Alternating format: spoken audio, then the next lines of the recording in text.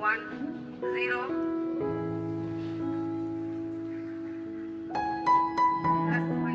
चंद्रयान 3 इतिहास बनाने से महज कुछ ही घंटे दूर है। 40 दिनों की लंबी यात्रा पूरी करके 23 अगस्त को चंद्रयान 3 का लैंडर मॉड्यूल चंद्रमा के साउथ पोल पर उतरने की कोशिश करेगा। इस लैंडिंग के आखिरी 15 मिनट सबसे अहम होंगे। इन 15 मिनट में क्या क्या होगा, यही समझने की कोशिश करते हैं।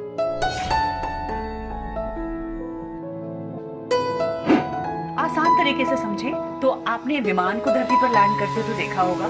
विमान ऊंचाई से धीरे धीरे नीचे की ओर सरकता है, फिर रनवे पर टच डाउन होता है और उसके बाद वो उतरता है। लेकिन धरती पर लैंड करना और चांद पर लैंड करने में बहुत बड़ा फर्क है, क्योंकि चंद्रमा पर कोई वायुमंडल ही नहीं है।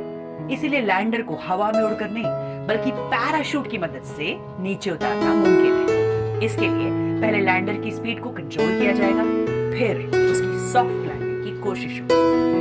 चंद्रयान 3 का लैंडर एक लंबी गोलाकार कक्षा में चंद्रमा की परिक्रमा कर रहा है। चंद्रमा की सतह से 100 किलोमीटर ऊपर से गुजरने के बाद इसे चंद्रमा की ग्रेविटी की तरफ लाने का काम एक बूस्टर करेगा। इसके बाद ये चंद्रमा की सतह की ओर तेजी से जाने लगता है, या फिर यूं कहें कि गिरने लगता है। तब इसकी स्पीड तेज भी हो जाती है। पृथ्वी से चंद्रमा तक एक रेडियो सिग्नल भेजने में लगभग 1.3 सेकंड का वक्त लगता है, और उसी सिग्नल को दोबारा जमीन तक पहुंचने में 1.3 सेकंड का ही वक्त लगता है। मतलब कई 100 किलोमीटर प्रति घंटे की रफ्तार से चंद्रमा पर गिरने वाले लैंडर को कंट्रोल करने में 2.5 सेकंड का वक्त लगेगा। ऐसे में लैंडर को ऐसे प्रोग्राम किया जाता है कि वो अपने फैसले खुद लेता है। उसके बाद क्या होगा? चंद्रमा की सतह पर सॉफ्ट लैंडिंग हो गई तो इसके बाद लैंडर मॉड्यूल पृथ्वी पर सिग्नल भेजना शुरू करता है। फिर थोड़ी देर बाद इसमें लगा रैंप खुल जाता है।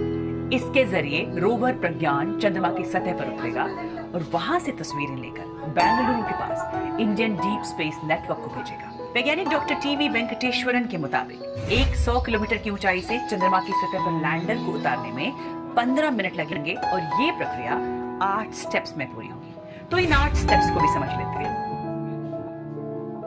सॉफ्ट लैंडिंग की प्रक्रिया तब शुरू होगी जब वो 100 किलोमीटर से 30 किलोमीटर की ऊंचाई से नीचे नहीं उतर जाता।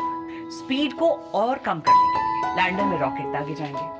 जब लैंडर 30 किलोमीटर की ऊंचाई पर होगा तो उसकी स्पीड बहुत ज्यादा होती है।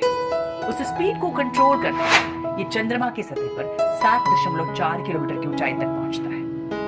100 किलोमीटर की ऊंचाई से यहां पहुंचने में 10 मिनट लगते हैं। तो ये हुआ पहला कदम। 7.4 किलोमीटर की ऊंचाई से ये चरण दर चरण 6.8 किलोमीटर की ऊंचाई तक उतरता है। तब तक लैंडर के पैर जो हॉरिजॉन्टल थे वो चंद्रमा की सतह की ओर 50 डिग्री तक होंगे। फिर लैंडर पर लगे उपकरण इस बात की पुष्टि करेंगे कि ये उस जगह पर ही जा रहा है जहां इसे उतरना है या फिर नहीं। फिर होगा तीसरा चरण। इस चरण में लैंडर को 6.8 किलोमीटर की ऊंचाई से 800 मीटर की ऊंचाई तक उतरना है। तब लैंडर 50 डिग्री के हॉरिजॉन्टल एंगल पर चंद्रमा की सतह पर वर्टिकल होगा। इसके अलावा रॉकेट की स्पीड भी कम हो जाएगी। फिर चौथे चरण में ये 150 मीटर की ऊंचाई तक उतरता है। इस ऊंचाई पर लैंडर ये सुनिश्चित करेगा कि लैंडिंग साइट पूरी तरह से समतल है। वहां से पांचवें चरण में ये 150 मीटर से 60 मीटर तक नीचे उतरता है। छठे चरण में ऊंचाई 60 मीटर से घटकर 10 मीटर हो जाएगी। इस बार इसरो ने लैंडर में लेजर डॉपलर वेलोसिमीटर नाम का एक नया उपकरण जोड़ा है, जो चंद्रमा की सतह पर लेजर पल्स भेजता है। ये पल पल हिसाब लगाता है कि कितनी तेजी से नीचे जा रहा है। फिर अगला कदम होगा 10 मीटर की ऊंचाई से चंद्रमा पर लैंडर की सॉफ्ट लैंडिंग कराना। इस स्तर पर आकर रॉकेट जलना बंद कर देते हैं। 10 मीटर की ऊंचाई से गिरने पर लैंडर मॉड्यूल की गति 10 मीटर प्रति सेकंड होती है, यानी अंतिम चरण 1 सेकंड में पूरा हो जाता है।